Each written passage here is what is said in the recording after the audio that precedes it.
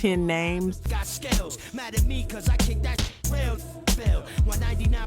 All of them had platinum plaques, sold out shows, and the culture behind them. Then the industry shut the door. Not because the music stopped hitting, not because the fans left. Life ain't nothing nice. Walk these streets with more heat than Alonzo Mourning. Now how many because somebody with power decided they were done. Intuition setting in like Steve Vision. I still close my. You know some of these stories, but what you don't know is how calculated it really was. Court cases pending. All the blood, drug money spending. Ferrari engines leave your whole bucket. The blackballing, the industry politics, the way they make careers disappear overnight. This is about 10 artists who learned the hard way that talent doesn't matter when the machine wants you gone. Let's begin. Bring this BS to an end. Come on. Number 10, Canibus. You must be crazy. You dripping with whack juice and you can't get it off. You better be prepared to. Here's what gets me about Canibus. In 1997, he had one of the most anticipated debuts in hip-hop. You remember that verse on 4321 with LL Cool J, Method Man, Redman, DMX, and Master P. He murdered it. It's not what I would call this. See, this is something different. The industry was watching. Def Jam signed him. His album Canibus went gold in 1998. But here's what the mainstream didn't tell you. After that LL Cool J beef over the mic tattoo line, everything changed. LL had Def Jam's ear, and when the battle heated up, the label had to pick a side. Guess which side had already sold 20 million albums?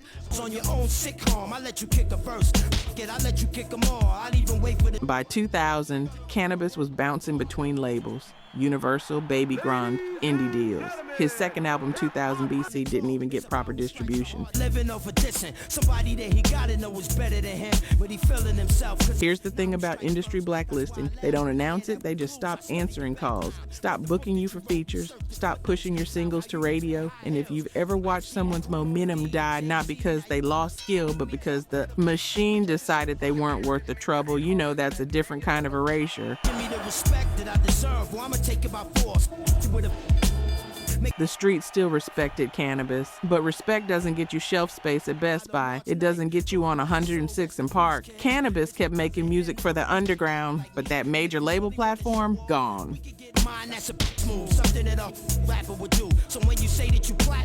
Number 9, Kurupt.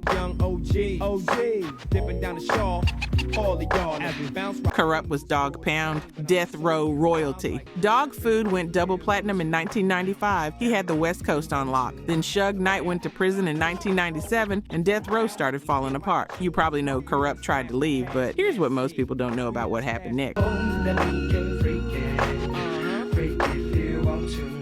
In 1998, Kurupt signed with Entra Records, a small independent label trying to escape the Death Row madness. He put out Corruption. It went gold, solid. Then in 1999, he did something that destroyed his credibility. He went back to Death Row. Suge convinced him.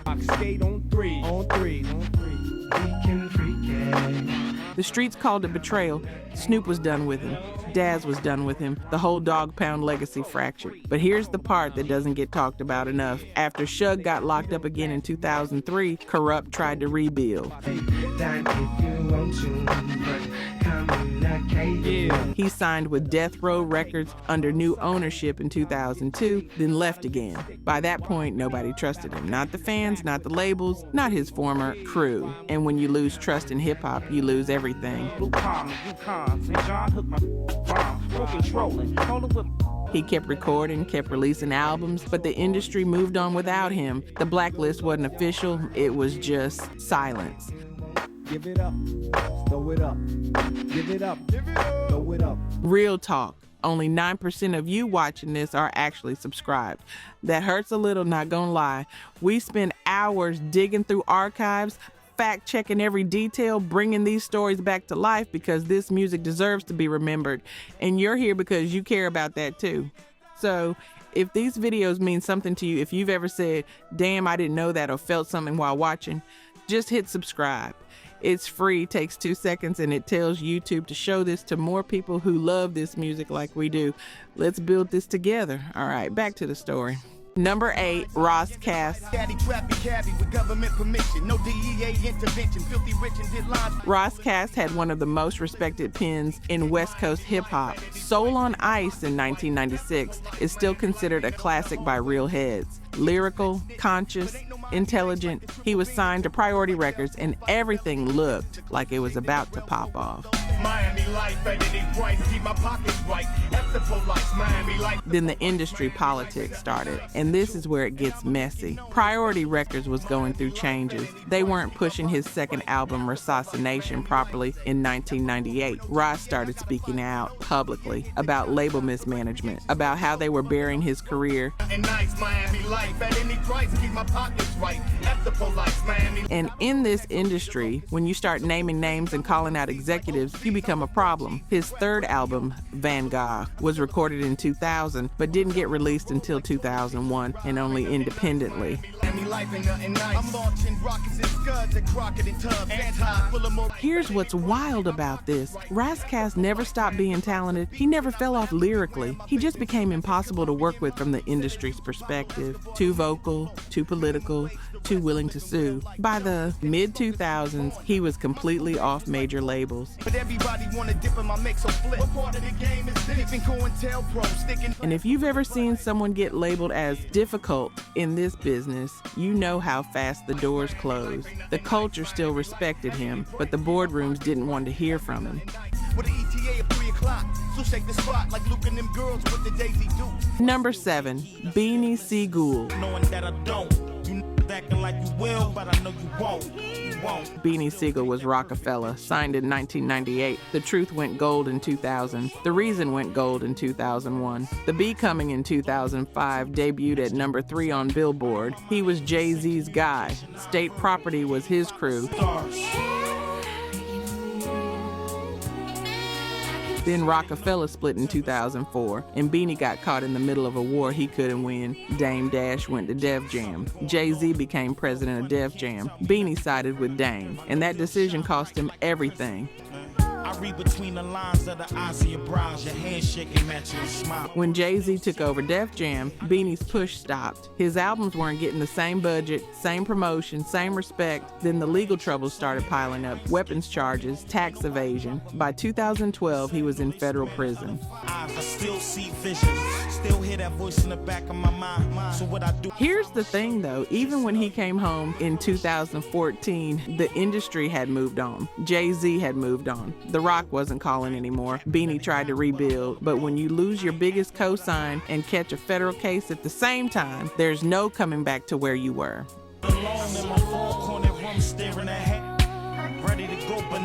He's still making music, still got bars, but that platform he had from 2000 to 2005, the industry made sure it never came back.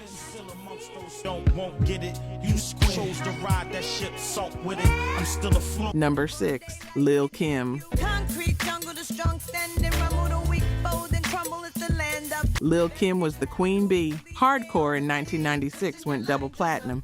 The notorious K.I.M. in 2000 went platinum. She had hits, she had style, she had Biggie's cosign even after he passed. Put your lighters up, LA.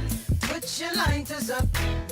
Then 2005 happened. Perjury case, federal prison, 1 year and a day. And when she came home in 2006, the industry had changed. But here's what really killed her momentum.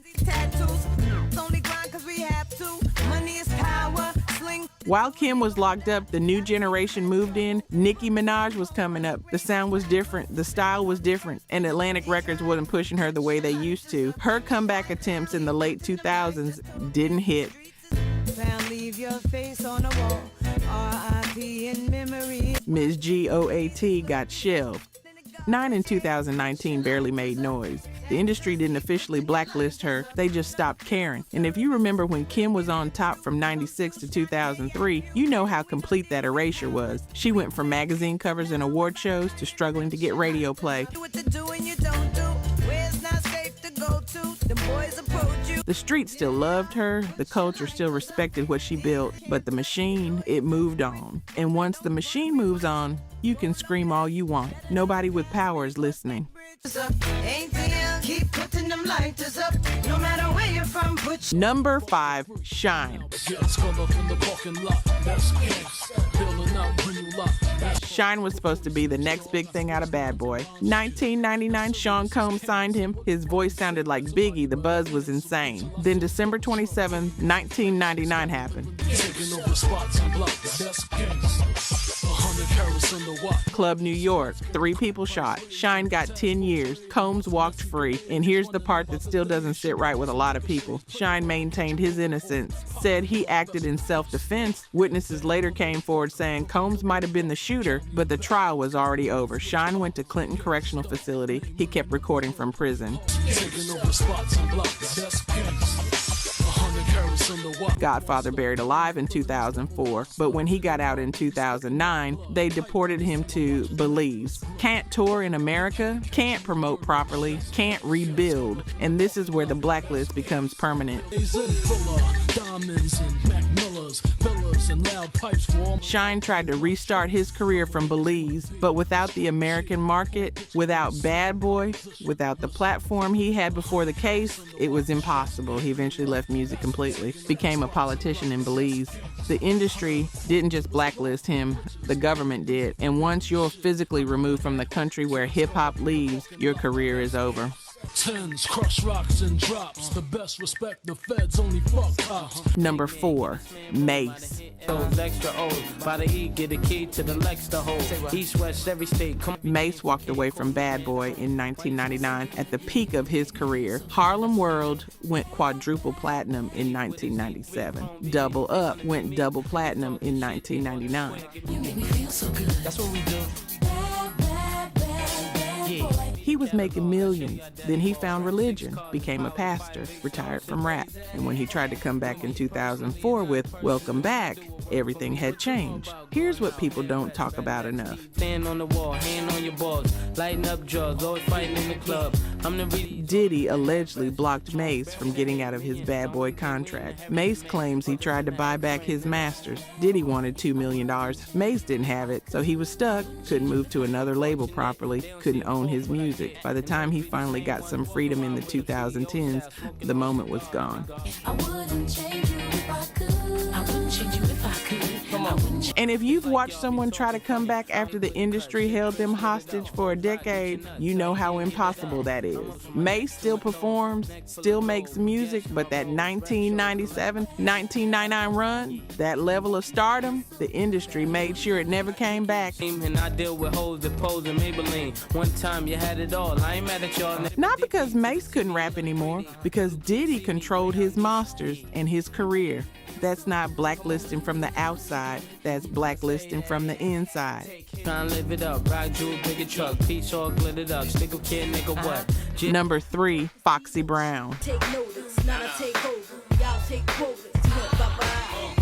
Foxy Brown was Il Na Na. Il Na Na in 1996 went platinum. China Doll in 1999 debuted at number 1. She was the youngest female rapper to achieve that at the time. She had hits with Jay-Z, features with everybody. Then the legal issues started stacking up. Assault charges, probation violations. By 2007, she was in Rikers Island for violating probation. But here's the real problem. While Foxy was dealing with court cases and jail time throughout the 2000s, Def Jam stopped believing in her. Her album Black Roses got delayed, then scrapped, then reworked, then finally released in 2009. With no promotion, no singles, no push, the industry had already decided she was too much trouble, too much drama, too much risk. And when you become a risk in this business, you're done. Doesn't matter how talented you are, doesn't matter how many classics you dropped, the boardroom looks at the bottom line. Foxy kept trying to release music independently in the 2010s, but without Def Jam, without the machine, she couldn't reach the audience she used to have. The culture remembers her, but the industry, they moved on the second she became a liability.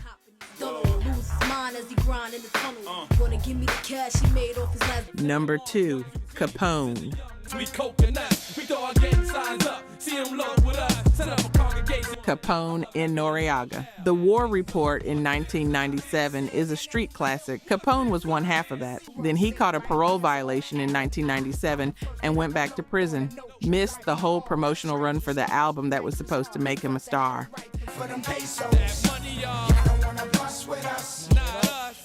And when he came home in 1999, CNN wasn't the same. N.W.A. had gone solo. N.W.A. went platinum without him. Here's what's tragic about this. Capone came home and tried to rebuild. The Reunion in 2000, Channel 10 in 2009, but the industry had already written him off.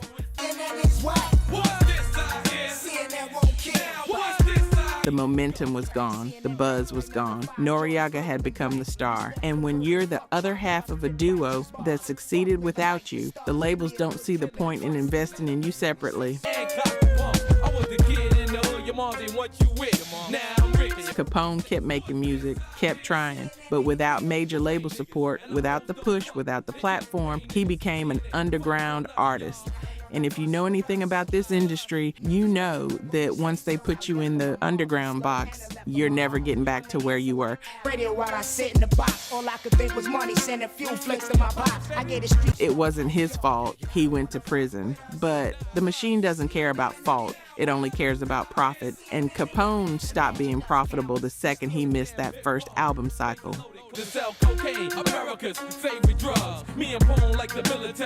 Number 1, Lauryn Hill. Lauryn Hill. The Miseducation of Lauryn Hill in 1998. 10 million copies sold, 5 Grammys, Album of the Year. She was the biggest artist in music, not just hip-hop, music. Then she disappeared. And what the industry sold you was that she went crazy, that she couldn't handle fame. But here's what really happened. Lauryn started speaking out about the industry exploiting black artists, about creative control, about ownership. She refused to play the game, refused to smile for the cameras, refused to release music on Columbia Records' timeline. And in 1998, 4 musicians sued her, claiming they wrote parts of Miseducation and weren't credited. She settled out of court. But the damage was done. Columbia started seeing her as difficult. By the early 2000s, they stopped pushing her, stopped supporting her. When she finally released MTV Unplugged 2.0 in 2002, Columbia barely promoted it. It was raw, acoustic, different. The label hated it. Then the IRS came after her in 2012 for tax evasion. 3 months in federal prison. And here's what I think about when I hear her name. The most talented artist of her generation was blacklisted, not because she couldn't make music, but because she refused to be controlled. She still performs, still tours, still makes occasional music. And no one ever will. But that 1998 level of industry support, gone. And whether that was her choice or the industry's punishment for not playing along, I'll let you decide. But the pattern is clear. When you speak out, when you demand ownership, when you don't do what they want, this is what happens. Let me know.